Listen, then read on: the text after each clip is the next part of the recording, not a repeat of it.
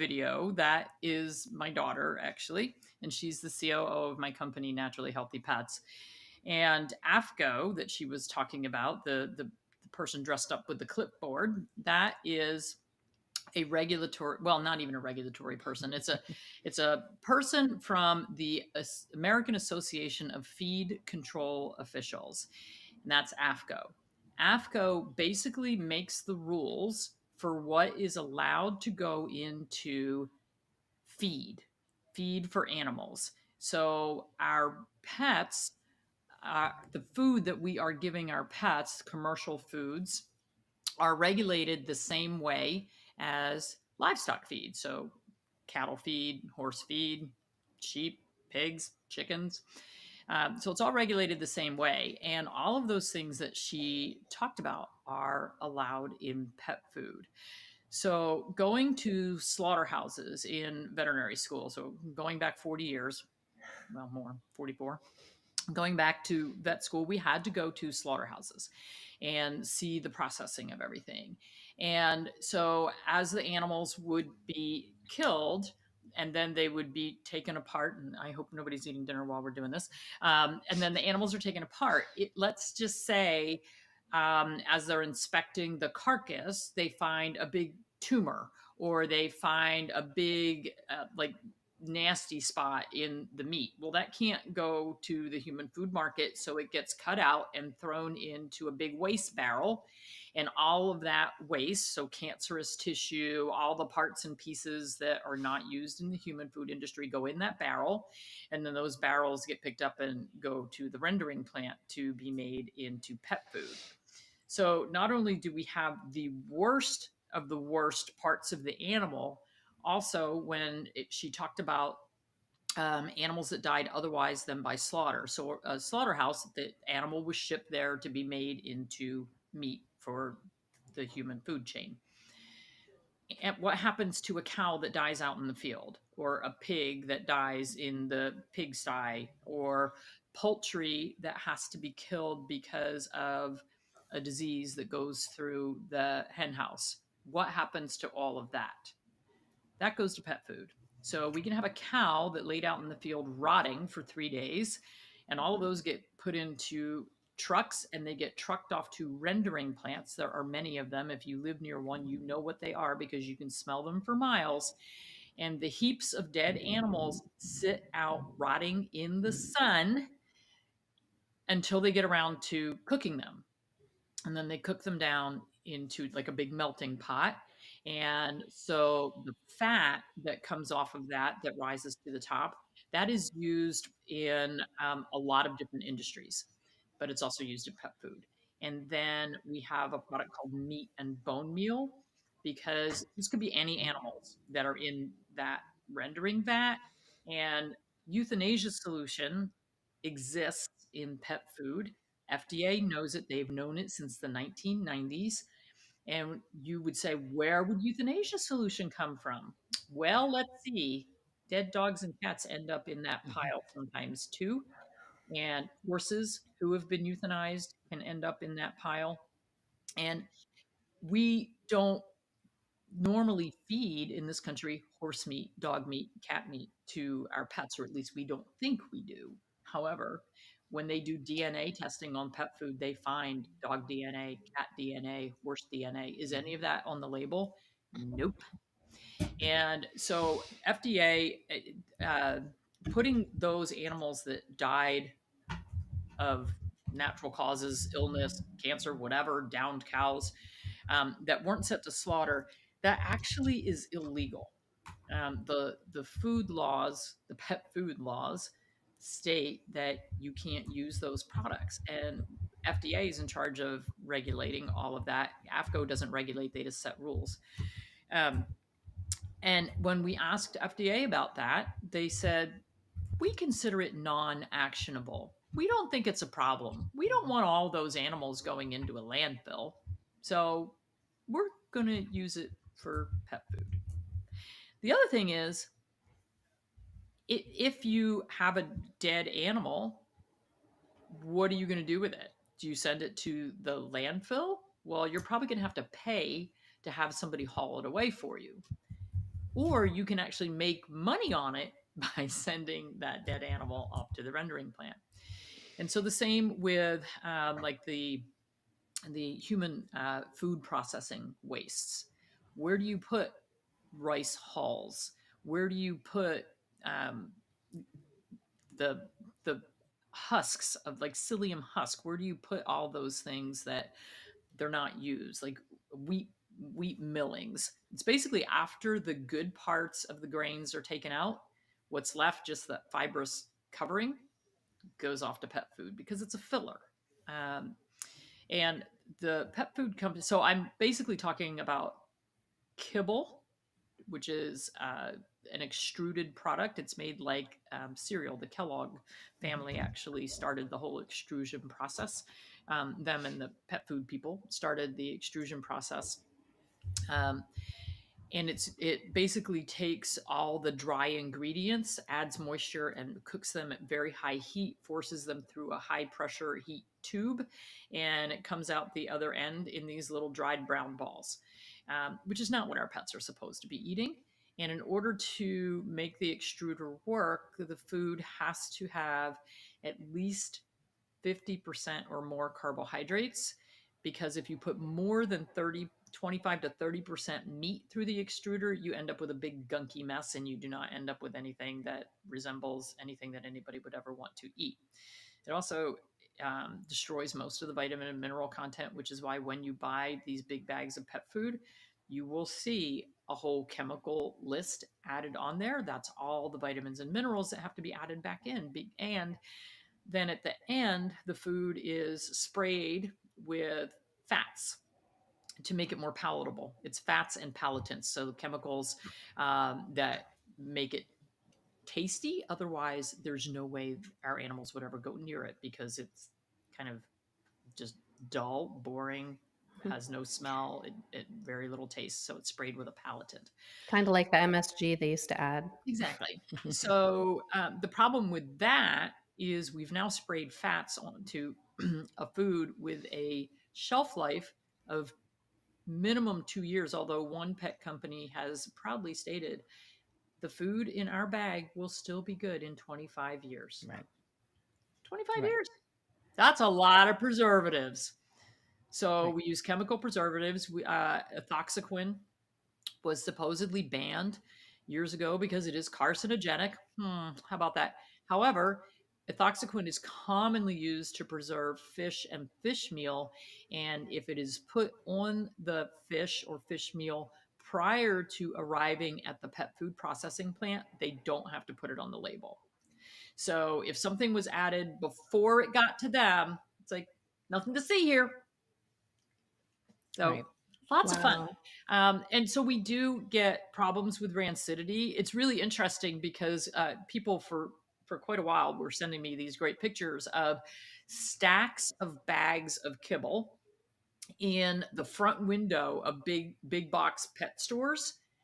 No shading or anything on the glass, just bright light in the sun. It's like, okay, you are beaming sunlight onto a product that wants to go rancid. Like, can anybody Mhm. like get their head out of their butt and at least put it not in Right. direct Right. sunlight?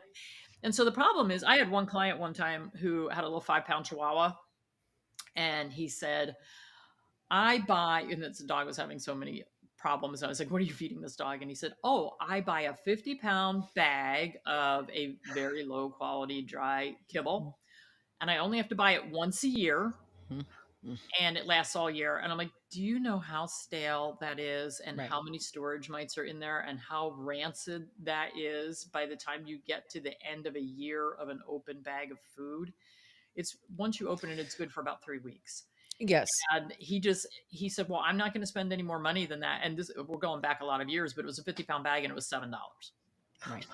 And that's one of the things we've always told everybody. You've got about 2 weeks. Now you said 3, 2 to 3 weeks to once you open up that bag to use that food up because it will turn rancid with Yep. all the fish oils. And for all these animals with allergy problems, storage mites, hello, mites are itchy.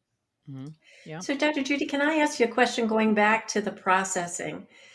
Does the animal who is not slaughtered, the one that dies another way, whether euthanized or not, if there are chemicals used to euthanize that pet, is that also going into the dog food, those Yes. chemicals? Euthanasia solution. So Yep. we had a huge lawsuit. Yep. Oh gosh, probably about 5 years ago At least, yeah. with Avengers.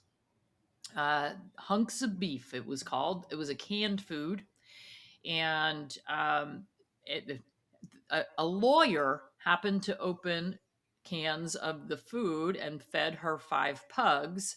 And they started, within a very short period of time after eating, they all started stumbling around the kitchen, falling over. She rushed them all to the vet. One died, and the veterinarian was smart enough to say, "Oh, well, this had to be related to the food. Your dogs were fine 2 hours ago, and then they ate, and now they're not fine." And so they tested the stomach contents, and they also had the open can of food and some unopened cans of food and tested them and found there were very high levels of euthanasia solution, which is pentobarbital, that were in there, and that's what killed her dog. So that was a nice little lawsuit. But that euthanasia solution, the pentobarbital, they've known it's in the food since I used to have something hanging in my clinic. It was a little blurb from the FDA, and it was from like the late 1990s, or actually it was later than that, but it said, "We have known since about 1995 that there is euthanasia solution in pet food."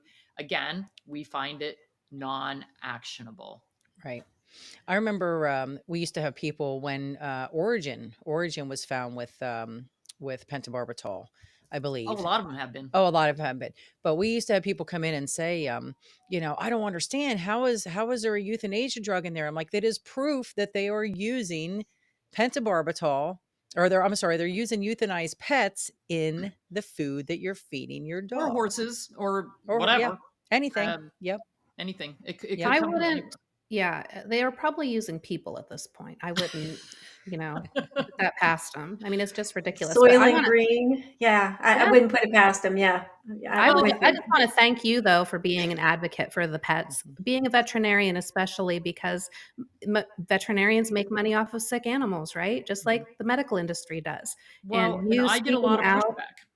pushback. The traditional veterinary community does not believe any of this. Right. And I would love to invite all of them to go to an AFCO meeting. None of them do. I was the only practicing veterinarian to ever show up at the AFCO meetings, which is just an exercise in frustration. You have to pay $500 to get in the door and sit with 500 regulatory people who and lobbyists who are lobbying to get their ingredients approved. So a lot of people there are from like the waste oil industry, and the just any waste industry looking to offload and make money off of their waste products. And I don't think people realize that grocery store, it's called dried baked goods, grocery store waste. So when you go to the grocery store and you're looking through the dairy aisle, or you're looking through the bakery aisle, all of that stuff has an expiration date on it. When it's expired, it all goes into a big bin, and all of that again gets transported off to a processing plant, and it gets used in animal feed. And They don't take it out of the containers. All of right. the plastic is ground up Right. as well. The So plastic and the all the styrofoam that the chemicals, meat's wrapped in. Yep. all of that stuff Oh is my. going in. And there was a great FDA went after a company in California earlier this year, and it became public because they had all of these dried, or all of these expired products in a heap in the sun in their parking lot. And all of all of the oil and antifreeze, whatever was coming out of cars, was washing across the parking lot, mixing with this stuff. There was birds pooping on it, rodents running through it, bugs. And so FDA came down on them and said, okay, you've got to put stuff under cover. You can't have it in the parking lot. And I looked up this stuff, and everybody said, oh no, it's only used in livestock feed. Well, first of all, I don't even want that going into the cow whose milk I'm going to drink or meat I'm going to eat. Second, I went on the website and it said that they use dried bakery products in pet food. The company makes it for pet food as well. So if you think that you are feeding a really clean product, a lot of the times you are not. Right. So, there are ways around it. Look for organic, look for ingredients that you can read the name and know what it is. If it says beef liver, I know what that is. That's awesome. If it says meat byproducts, I don't even know what animal that came from because it just says meat. And byproducts basically means anything that was not human edible. So it could be intestines. We brought up something at an AFCO meeting a few years ago, uh, and everyone on the AFCO panel was shocked because we knew something they didn't. We said, well, your definition of poultry says the clean meat and organs or slash byproducts devoid of feathers, feces, etc., as much as possible. And we said, well, when they slaughter an entire house full of chickens that's going to be used for pet food, do you know how they do it and how they process them? And they went, no. And we said, well, they spray them with a foam to suffocate and kill them, usually, but sometimes they don't even do that. But then they have these big, basically vacuum grinders at one end of the chicken house, and all the chickens are sucked into it whole. So if they're lucky, they're dead first. Boy, I hope nobody's eating dinner. So when you do that, you're not taking out the feathers. You're not taking out the feces that's in the intestines. You are getting the entire bird. And there were people there from the poultry industry, and the people on the panel, when we went up to the microphone and said this, they were like, no, that's not how it's done. That's not what the definition says. We're like, well, you don't follow any of the other definitions either. But, and somebody from the poultry industry said, oh, yeah, no, that is how it's done. And they were all shocked. Like, you guys don't even know what you're doing. Right. So, I mean, you gave most people a glimpse on in just the pet food industry in general. What's going on right now? No, this is nothing new, but we have even worse news. Yeah. So for anybody who's old enough, back in 2007, we had thousands of pets dying, and they were dying of kidney failure. And, finally there were enough new kidney failure cases that the veterinarians kind of went, wow, something's going on. Like, why are we getting all these dead dogs and cats? And actually, I had a cat that died because my neighbor, when I bought my house, it came with a cat. And the neighbor came over, and it was kind of the neighborhood cat, but it came with my house, so I fed it. The neighbor came over and he said, my kids really like this cat. I've been letting it come in my garage. Is it okay if we feed it? Is it okay if I let them bring it in the house? Sometimes they really like it, and we don't have a pet, and I don't want a pet. And I was like, yeah, fine, you can feed the cat, and they can pet the cat, but the cat's welcome here, and I'll feed the cat. And then a while later, he knocked on my door and said, I hate to tell you, but I found the cat dead in our garage. And I was like, oh, shoot, like maybe he obstructed, maybe he had a blockage, because I knew they were feeding kibble, which I don't feed. So I felt kind of bad, but he had already disposed of the cat. So what are you going to do? And then a few weeks later, I was actually at a pet expo in Harrisburg, and I was sitting in a restaurant having dinner, and the TV was on over the bar. And they said, oh, there's this huge problem with pet food. Thousands of pets are dying, and we don't know what's causing it. And then after lots of investigation, we discovered it was melamine, which, melamine dishware. So melamine was being put in ingredients that were being made in China to artificially elevate the protein content of the ingredients, because then it's more valuable. And unfortunately, it's toxic. And then interestingly, I was in China the next year, and all of a sudden we couldn't get any kind of dairy products to put in our coffee or have on our food or anything. And it was because they found melamine in the dairy products in China, and infants were dying of kidney failure from it being in the formula in the milk. So it's a common problem. The guy that in China that they found guilty for the pet food thing was actually beheaded. They take things seriously over there when you do something really awful. and screw up. But anyway, We could take an example to that. That would be, yeah. so tens of thousands of pets died. So, fast forward every year, there's some sort of huge recall. Midwest Pet Foods a couple years ago, huge recall for mold toxins, aflatoxins, which cause liver failure. So it was really high in their foods. We get bacterial, Salmonella, E. coli, Listeria recalls quite commonly.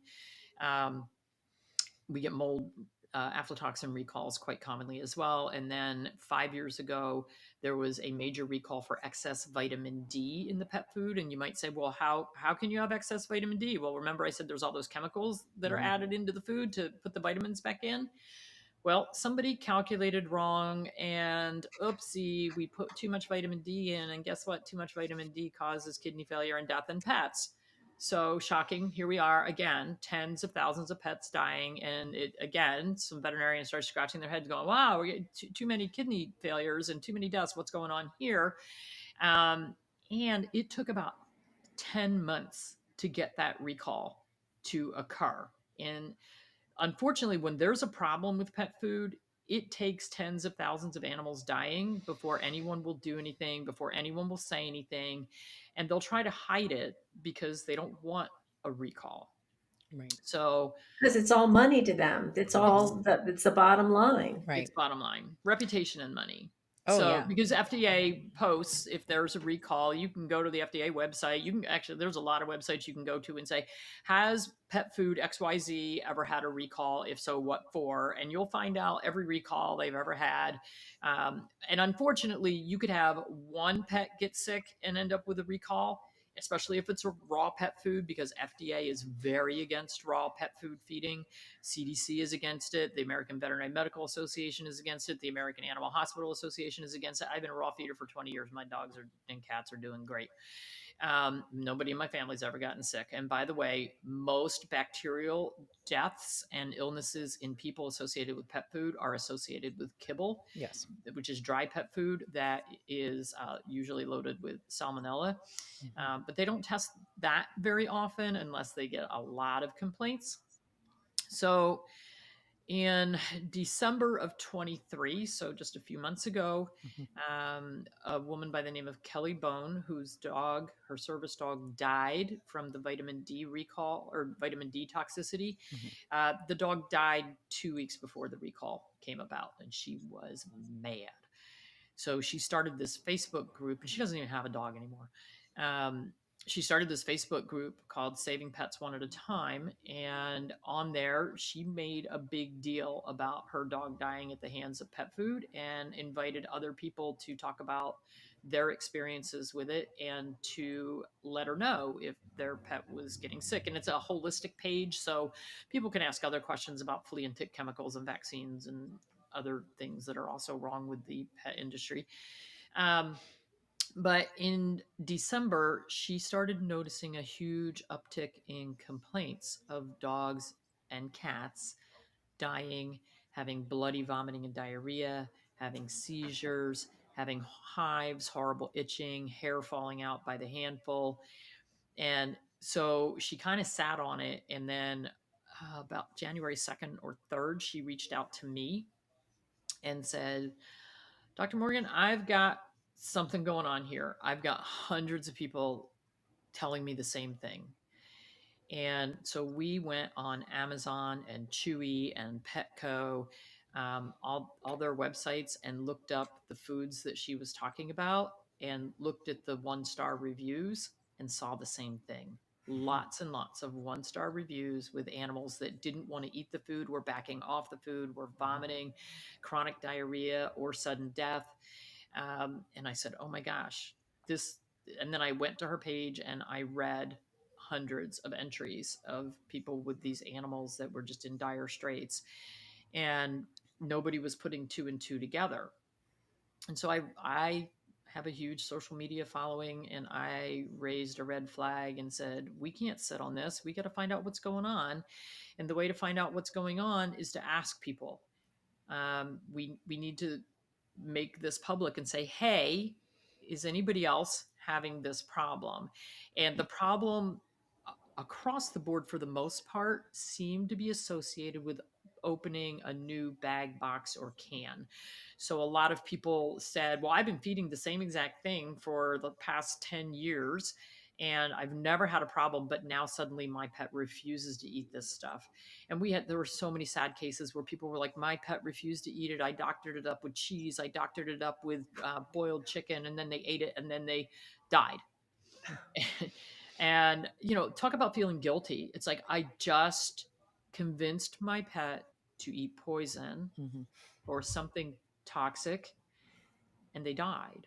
Yeah. Or, people reporting spending thousands and thousands of dollars in the emergency rooms trying to save their pets. Right. Most people care more about their pet's health than they do their own health, you know? Right. I mean, it's so devastating, and it's just common sense. If they just sit here and do some research themselves or listen to people like you that have done it, and you know what's in the real pet food, why would you even feed that to your animal once you know that? I Right. mean, But you're literally killing your animal yourself if you it's decide to do so that. amazing the pushback Mm-hmm. that we have gotten. I mean, I have been bad mouthed. I have a huge folder full of people that I'm going to go after for slander. The pushback that I'm getting, I mean, I've had other veterinarians yell in my face, tell me I should lose my license. I shouldn't be allowed to do anything for animals. I'm giving the profession a bad reputation. They're defending these pet food companies right and left. And I'm like, maybe I have information that you don't, and maybe I know something that you don't, and maybe Do they get a kickback for promoting certain pet foods and stuff? no. So here's what happens. Everybody talks about kickbacks, but that's not what it is. And the margins on pet food are really low. It's like 20%. So if I'm going to sell a vaccine in my clinic, I'm going to have a high profit margin. If I'm going to sell pet food in my clinic, I'm going to have a low profit margin. However, sales of pet food, particularly prescription diets, can make up to 20% of the gross income in a veterinary practice. So while the profit margin per unit is not very big, when you sell enough of it, there's profit. And associate veterinarians who are paid on commission, they get zero commission on pet food. So if you have an associate doctor in the practice, particularly if it's corporate practice, they get paid a percentage of diagnostic tests that they do, surgeries that they do, vaccines that are given, medicines that are prescribed, but not pet food. The problem is that the veterinary schools and the veterinary conferences are sponsored with big money from all the pet food and pharmaceutical companies. It's the same with Yeah, medical just like our doctors, medical with any industry. industry, Yeah. any industry. We have So, I'm sorry. I yeah. didn't mean to interrupt you. So I was going to say we have a question from our attendees. Somebody's asking, for the current food issue at hand, have you tested for any bug protein? I heard some manufacturers were starting to introduce bug protein in their kibble products. Oh, they are. It's again, it just got approved at the last AFCO meeting for oh god, black soldier fly larvae are allowed in pet food, or it's in the tube going through the approval process. It may have actually been, I think it was. And there's a company called Jiminy's that's been out there for a long time selling treats and food made with cricket protein and other bug proteins.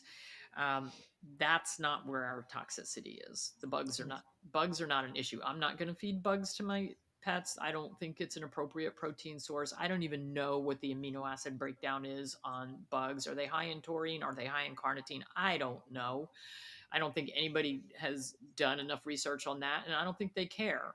It's part of the whole agenda that let's all go green. But don't the bugs have parasites? No, no. And what we're seeing, this is a sudden death. So this isn't even like we tested food. When this came about, I said, all right, well, let's test a bunch of food. Let's see what we got.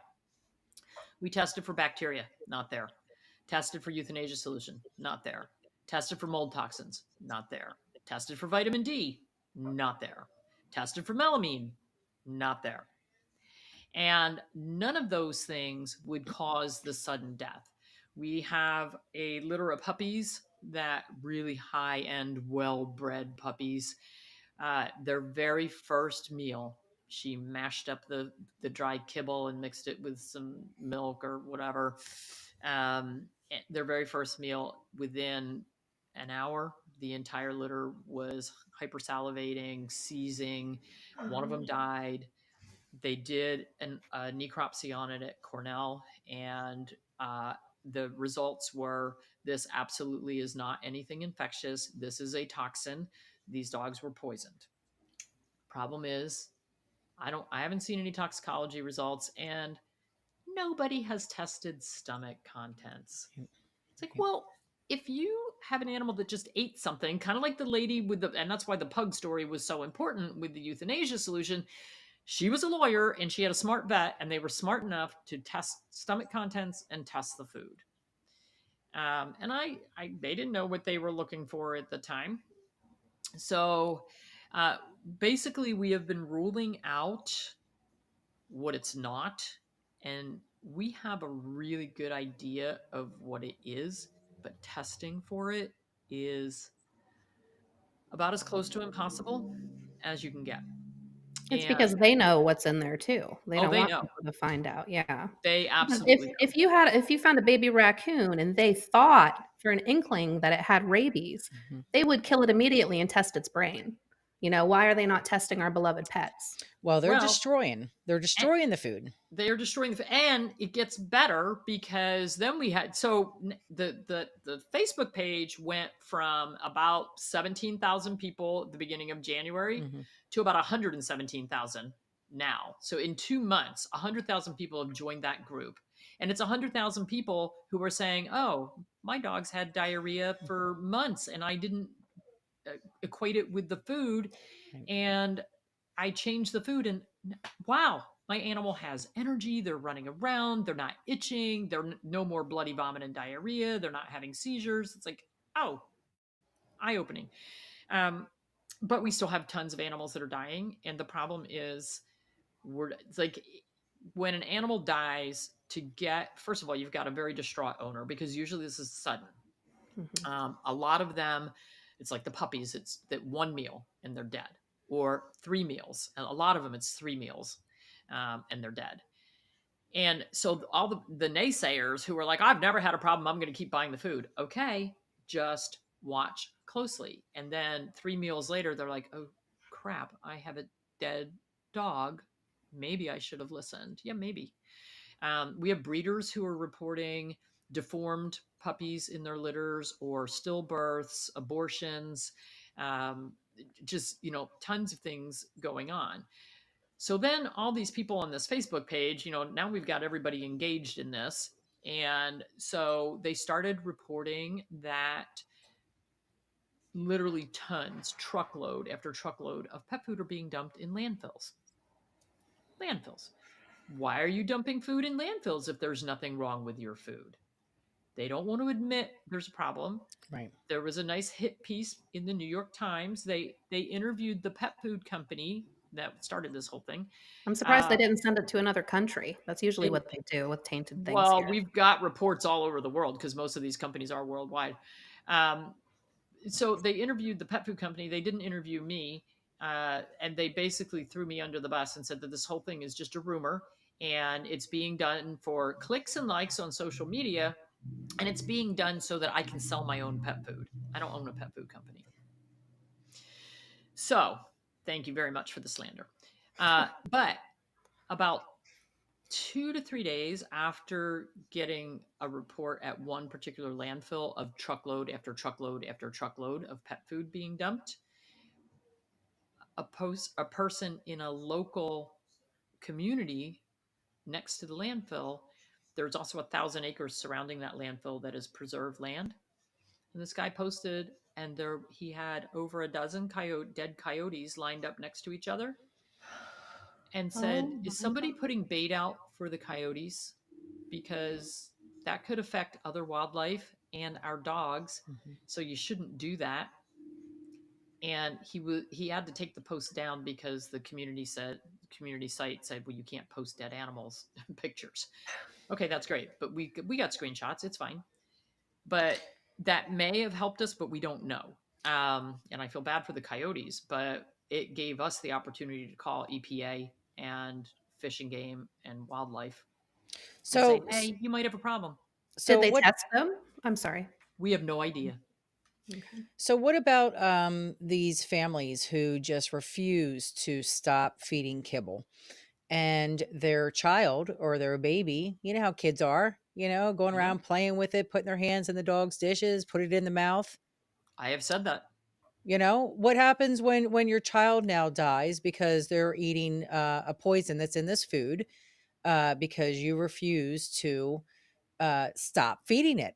you know Th- Exactly. I have said that many times, and I'm like, this is dangerous for family members other than your pets as yes, well.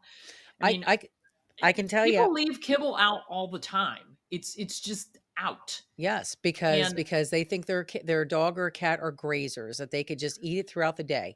I can tell you, uh, because I'm behind the scenes with you on some of these things. I've had people bring in. Somebody brought in a little baggie of kibble and bits because the dog just died 3 days ago after eating it, and I was going to send the sample to you. Well, you could smell it just emanating out of this little Ziploc bag. And I'm like, this is disgusting. So I put it inside of another Ziploc bag. First off, they didn't bring enough. They didn't bring me any information about the lot code or anything like that. I brought it into the house, laid it on my island, on my kitchen island, and didn't think anything of it. Well, later on, I come in and one of my cats is on the counter trying to open up the bag and get to it. I'm like, no, no, no. I'm like yelling. And got the cat off, and I'm like, do you have any idea? No, this cat had no idea. But, if it would have eaten it, it probably would also be dead as well. my daughter's cat did So, the same thing.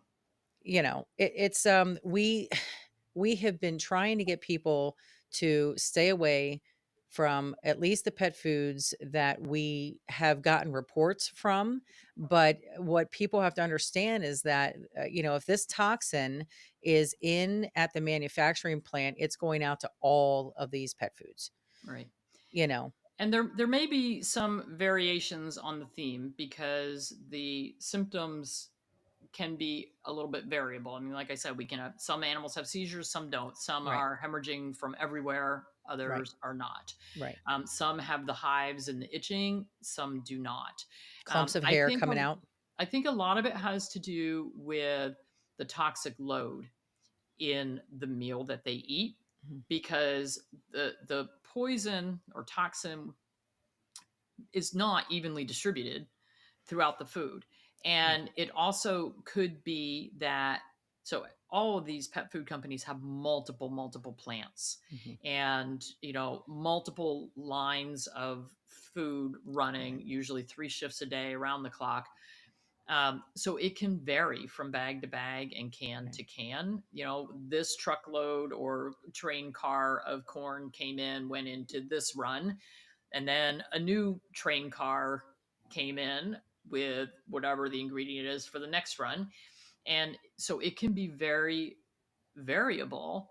And so we think, some of these animals that are just having these chronic symptoms of vomiting and diarrhea, just, so many of these animals are being diagnosed with IBD. It's like, Right. yeah, yeah, or just chronic low level toxin. Um, so we think that the level of exposure has a lot to do with it. But I had God, so many stories. A cat in Illinois, 3 meals. They went out and they bought a different food than what they normally fed, and they thought it was a safe food. 3 meals, dead, and it was a 4-year-old cat, bled out into its chest. So it wasn't vomiting; it actually bled in its chest. Mhm. A 4-year-old French bulldog, autopsy from Florida, 3 meals, dead. 3 dogs, unrelated, live in the same general area. So they were all buying their food from the same feed store. Um, but the dogs had never seen each other, and the people knew each other loosely. And one woman was talking to another woman and said, "Oh, my dog just died. I bought a new bag of food. After 3 meals, the dog was really sick, went to the emergency room, and the red blood cell count was so low. They did multiple transfusions, and it just was non responsive, and we lost the dog." The woman on the other end of the phone said, "Oh my God, the same thing just happened to my dog 2 weeks ago."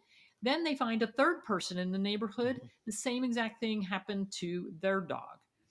So you tell me there's nothing going on? Right. These dogs are not around each other, not infectious. They all went to the veterinarian. Infectious things were ruled out. They don't their bone marrow doesn't just shut down randomly, 3 dogs in one neighborhood within a 2-week period for And no that good reason. veterinarian probably took no other steps to Right. look into the food. Right. Right. No. Well, it's just like human doctors. They let nutrition be the furthest thing from their mind. It's everything else. It's got to be an infection or something else that's causing it because they know nothing about Right. nutrition. Right. And the Yeah, unfortunate thing is that most people think that the pet food companies would never do anything to harm their animals. They have brand loyalty. They stick with the brand that they think has been working the best. And the problem is that these pet food companies do not care about your pet. All if they right. It's cared, first of all, they wouldn't be trying to hide it. They wouldn't be dumping it in right. landfills. And actually, the other thing is we're seeing these brands. Like if you go on Chewy or Amazon, they're marked like 50 to Yes. 70% off right now, Yep. and you get a $30 e-coupon along Yep. with it. They're literally trying to give it away. Right. So they're baiting people to recoup their money that they're losing. Go out and buy this at half the cost, and hope to God that you don't kill your dog or cat when you feed it. It's a we got to wake up. We have to wake up. This is what this whole podcast is about. We are trying very hard to get people to wake up to what the system is doing. Yeah, Yeah. the You know, system is bad. and But there's I solutions out there too, and that's yeah. why we have this podcast too, to bring people Right. solutions. It Yeah. is Yeah, scary. that was going to be my They need to question. know Yep. about it. What's the next step Yep. for pet owners? What So should we I do? want to bring up one more thing in Sure. pet food that also occurs in human food, and I never really thought about it until I went down this rabbit hole in the past 2 months. All dried grain products and dried yeast, dried probiotics, the meat and bone meal, any dried product that is stored is fumigated with pesticides to kill bugs and rodents. Because when you store corn, what do you get? Bugs and rodents, Right. or any dried ingredient. And so the fumigants that are used, OMG, so toxic. Well, guess what? It's also used on all the grains that we eat. Right. And, if it's off gassed correctly, then there's no problem. If it's not done correctly, there was a huge lawsuit about this with one of the pet food companies back in 2012. If it's not done correctly, then the people working around it can get very sick, and it can cause a big problem. So when I found out about this, I was like, oh crap! I'm gonna go look in my pantry. I've got 2 kinds of rice in my pantry, and I went in there and I was like, well, crap! These aren't organic. What am I thinking? Because I looked up, can you use these fumigants on organic food, and you can't. You can use CO2 to kill bugs and rodents. Carbon dioxide will kill them, or freezing. So, and like if I buy a bag of flour, I put it in the freezer for a few weeks, make sure there's nothing crawling in there. So I emailed both of the rice companies, and I said, so your dried storage products, what fumigant do you use on them? And I listed a few and included carbon dioxide and freezing. And one company never answered, and the other one said, we use a process that is approved by the USDA. And I went, oh, that was the answer I needed. Yep. Thank you very much. Never buying your product again. So I usually eat pretty well and eat organic and shop the perimeter of the grocery store. But now I'm like, okay, if it ain't organic, it is not coming in this house if it's a dried product, because I am not eating these chemicals. It's just not happening. Almost So, makes me glad I have celiac disease because I don't eat any grains. Well, and I've always said, you look at the human side. Our food is being poisoned and chemicalized, all kinds of stuff. Our dogs are eating 100 times worse than what we're eating. Yeah. So the solutions to this, Judy and I definitely agree on this, and so does Lisa, I know. But whole food feeding is what we should always be doing with our carnivore animals. Period. We should have never been feeding grains and starches and carbs ever. And highly That's my processed opinion. food. Well, yeah. I mean, so what we've been telling people to do, and oh man, the pushback, it's like, really just feed them real food. Well, my veterinarian said never to give them people food. It's Yes. not people food, it's food.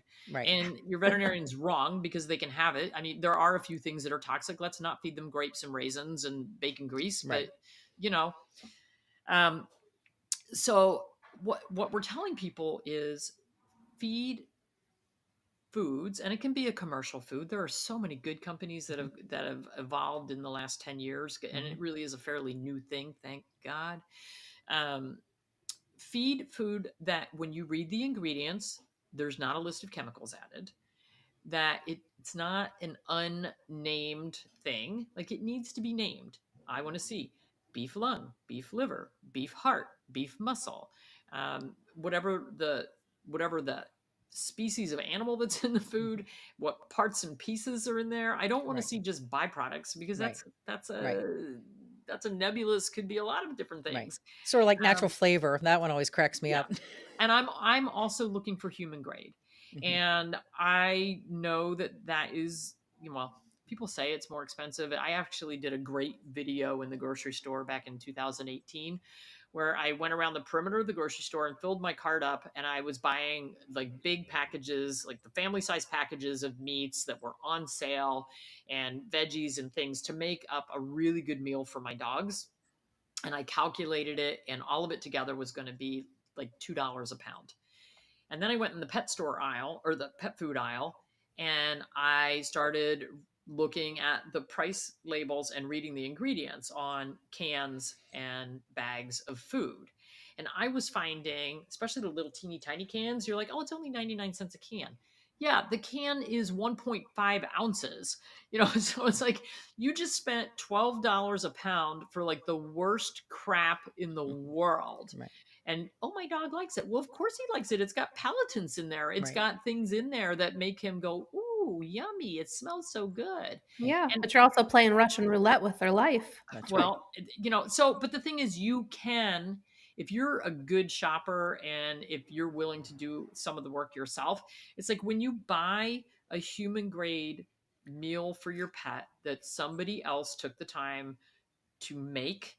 And if you're getting gently cooked, they took the time to make it. They took the time to cook it. They took the time and money and expense to ship it to you. So and on dry ice, and it arrives at your house as a little doggy TV dinner. That's awesome. But it's going to cost more Mhm. than putting something together yourself. And I have coached people for the past 15 years, maybe 20, probably longer, on making their own pet food and making it balanced and complete and having good nutrition in the bowl. And I literally have had people that, well, my office manager used to store purses in her oven. I taught her how to make food for her dog.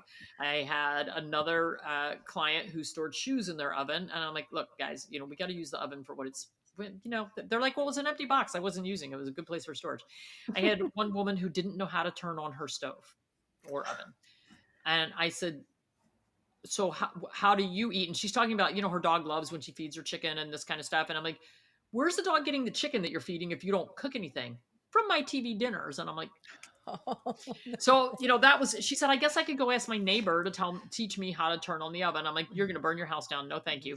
And I just said to her, look, if I can get TV dinners delivered for your dog, can you warm them up in the microwave, or, whatever. And I thought, this is going to be 1,000 times better than anything this poor dog has been served in the past. And she was like, oh, that would be amazing. So, there's a lot of companies that do that now. And she was pleased as could be. There's also foods, base mixes that are human grade. All you do is add your own meat. So it's like, this is pretty simple. You add warm water to rehydrate it, and then throw meat in the bowl, and you can cook the Right. meat or not cook the meat. I don't care. So there are a lot of simple ways to do it, and it doesn't have to break the bank. Um, when I was making my own food for my dogs, at one time I had 10 dogs, and I would grind 200 pounds of food in an afternoon, twice a month, Yep. and Yep. put it in We the did the freezer. same thing. Yep. And I always tell everybody, what would you rather do? Spend a little bit more money on whole food for your animals, or spend that $700 at the veterinarian who doesn't understand what nutrition to begin with, doesn't understand how to fix your dog, but here's a drug that you're going to take that's now Mhm. going to cost you $160 a month because your dog needs to be on it for the rest of their lives. you Yeah. know, This is just and Or like humans. It's it is. you pay it forward. You either exactly. pay for good nutrition or you pay for taking care of poor health Yep. later. And Exactly. people just they opt for convenience over good nutrition. And that's the mindset that's got to Well, change. the Whether problem it's is human or pet, you they really need don't to eat know. well. What we found out in this whole debacle, I mean, because my social media following, people come find me Mhm. because I'm holistic and they want to learn this stuff. I mean, that's what my books are about, like how to do things naturally, how to, make your pet live longer by avoiding the drugs and the chemicals. Right. So my social media platform, these people have like some level of knowledge by the time they come to me. What has been just earth shattering Mhm. is this page where 100,000 people came that thought they were doing the best for their Right. pets.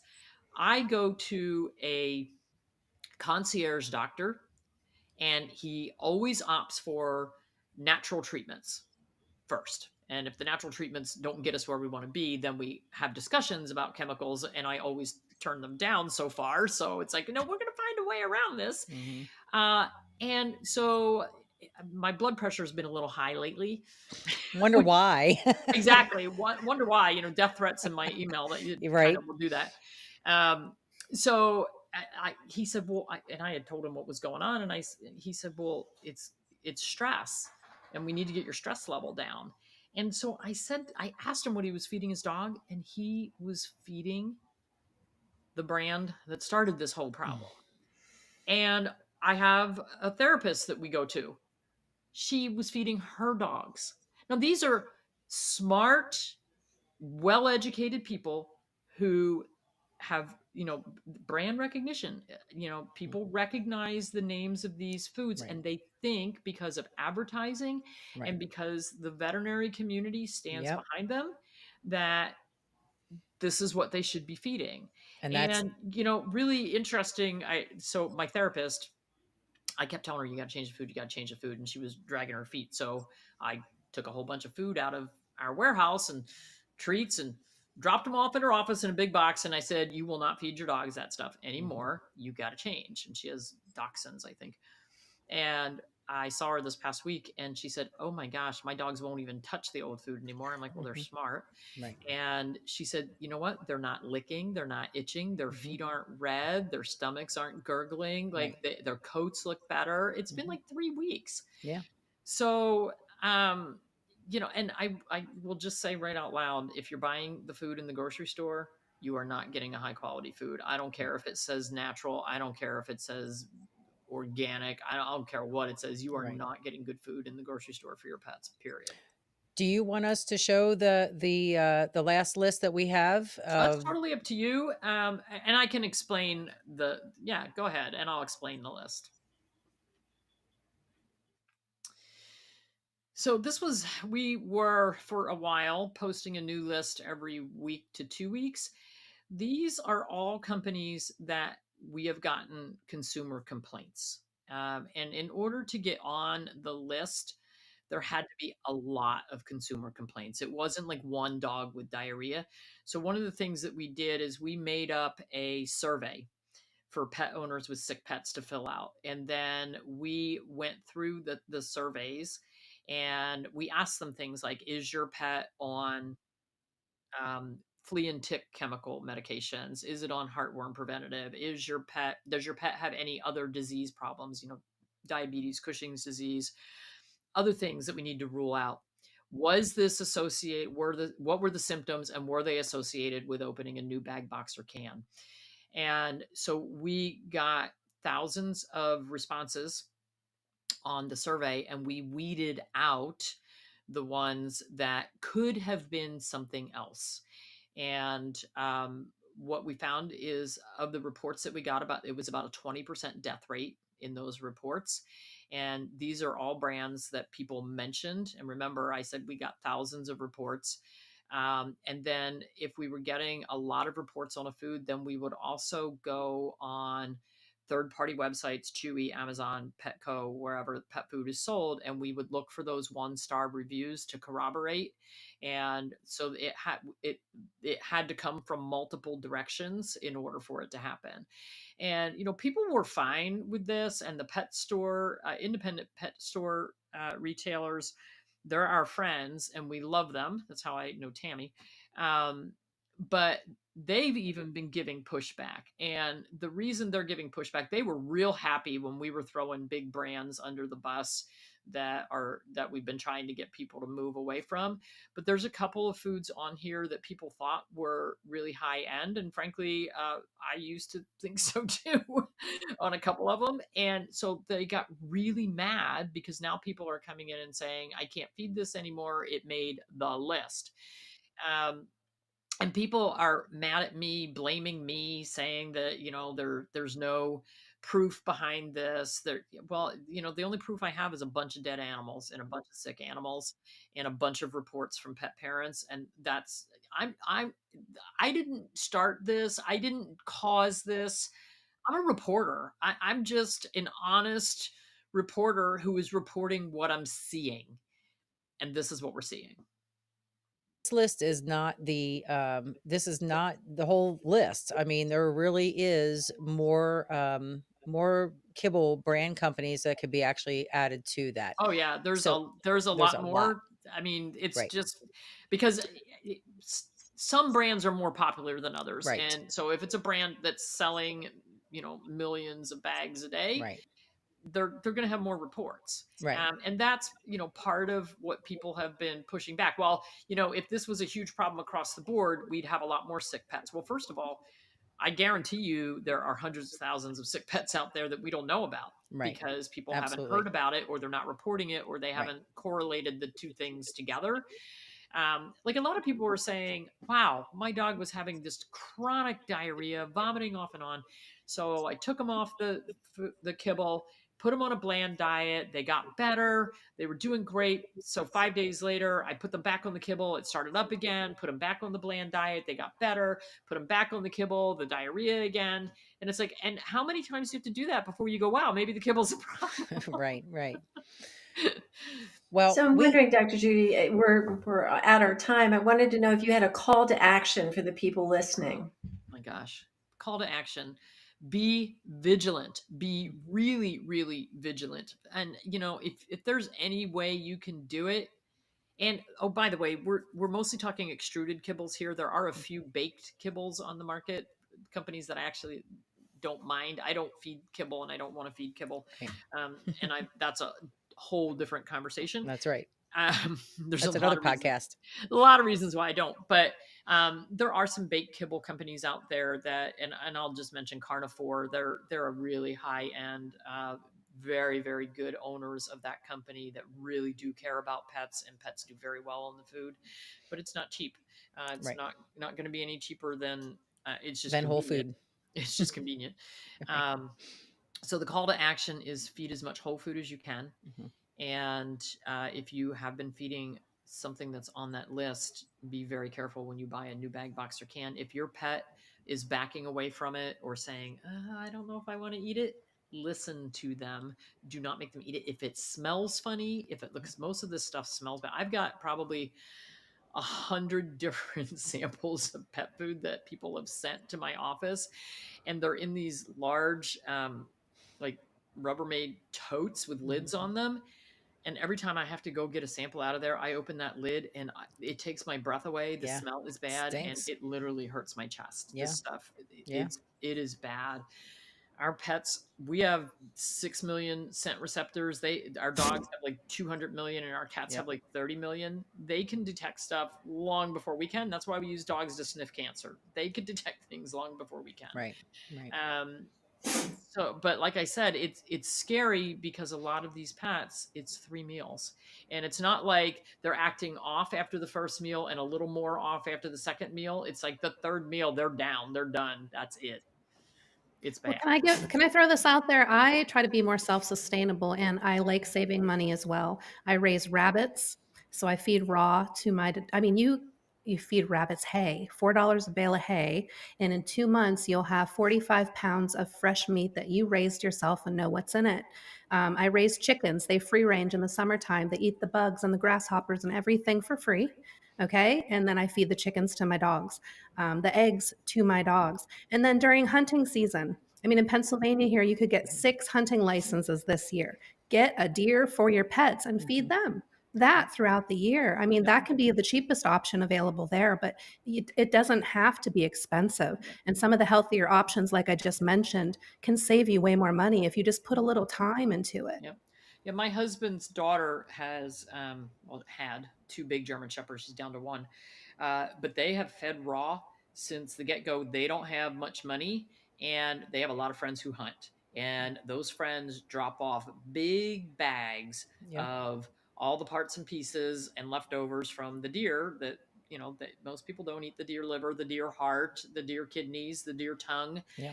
So many parts and pieces that are it's so nutritious for our dogs. I mean, I love feeding organ meat. When I Mhm. say I'm against byproducts, I'm against the byproducts that are allowed in that shouldn't be allowed in, Right. but organ meats are considered byproducts, and they're very healthy for our pets, and they should be eating them. So I mean, we bought chickens years ago because I wanted eggs for the dogs, not for us, but for the dogs. And now we have a flock of almost 30, and we get a lot of eggs. But now all the people I'm feeding two families plus my employees about every other week each get a Right. dozen eggs, and they Right. they really love it on egg day. Because the girls are doing a really good job, and actually one of our employees is going to start raising meat chickens, Mhm. and I'm like, that's awesome. I'll trade eggs for meat any day. Yep. Well, and that's what it's going to come down to. We need to start networking. We used to have people that hunted and would bring us rib bones all the time every year for our dogs, and find people that hunt. Find other ways to feed your dog, but yeah, please please stay away from the kibble. That is my biggest. Ugh, it's awful. Yeah. But So, And Dr. Judy, if people want to learn more about what you're doing and the work that you're actively trying to help with this kibble industry, tell us where we can find you, how we can reach out, what we can do to help this Kibblegate issue that's going on. oh my gosh. Well, if anybody has a bodyguard that they want to loan out, that would be great. Because I'm going to Global Pet next week, and it could get ugly. yeah, I was just at the biggest veterinary conference in the country in January, right after this broke. It was ugly. I wouldn't even wear my shirt with my name on it. I was like, I've got a target on my back. I'm trying to hide. Meanwhile, I was there signing books. I was in a big booth signing my books. It's like, oh my gosh, like, could you let me be just a little less conspicuous? But right. I'm going to be in a booth at Global, so I'm going to be conspicuous again. Um, but people can get more information on my social media, which is all under Dr. Judy Morgan. So it's Facebook, Instagram, YouTube. And then my website is drjudymorgan.com. So it's all very cohesive and very easy. Um, We we have all have the links in the description as Hmm. well. Yep. And we have tons of free resources. So if you're thinking about making food for you, and one of the things that we get from people is, well, my vet says my pet has to eat this prescription diet for the Hmm. rest of their life. Mm. Prescription diet for kidney disease, heart disease, liver disease, crystals in the urine, you name it. We have recipes on the website, free downloads for heart disease for dogs and cats, for kidney disease for dogs and cats, for a lot of different things. They're free downloads. Yes, you do have to put in your information to get the free download, but hey, give me a break. Um, so you don't have to buy anything. I do have recipe books. I've written 7 books. Those are on the website. They're on Amazon. Just look up Dr. Judy Morgan. It'll come up. Um, so if you're interested in going a more natural route with your pets, as far as food, vaccinations, chemicals, getting rid of allergies, chronic disease, we have tons of information every month on our social media. We do a focus week. This month it's on urinary tract disease and kidney disease. We did heart disease last month. And actually coming up, we're going to do a focus on the veterinary industry. That'll be a good Very one. nice. We would love to have you back on because I know you touch on natural ways for flea and tick prevention and how the chemicals in the topicals are, neurotoxins and harm our pets, and then the vaccines as well. We could do 2 separate shows there, and we have so many followers that have so many questions. Mhm. Yeah, Even having you back on for a Q&A, that would be awesome as well. that's fine. Yeah. All Yeah, right. we want to thank you so much for your time. This has been so enlightening. And we do, like Lisa says, we'd love to have you back. We are total supporters of the work that you're doing, and we're here to spread your message far and wide. Thank you. Thank you. That's the whole goal at this point. When I retired from clinical practice, I said, you know what? I can reach a lot more people with my voice Yes. on, as much as I'm not a fan of social media, but I can reach a lot more people than I can one-on-one in my veterinary office. Absolutely. Doesn't make those who used to have the one-on-one as happy, and I get that, but I really need to be the voice for our pets and be their advocate, and somebody has to stand up for them, and somebody has to put a stop to what's going on. So this pet food research project has consumed my life for the past 2 months. I literally don't sleep because I wake up and what is running through my head? Pet food. And it makes me a little crazy. I do have to say it's making me a little crazy. Well, whoever is against you is on the dark side. That's all you have to know. That's all anybody has to know. Yeah, we just say, God bless you, Dr. Judy, for all that you do. Thank you. Thank you Yeah. so much. Thank you, Judy. Sure. Yes, thank you. Thanks for watching, everyone. We'll see you next week. Good night. Good night.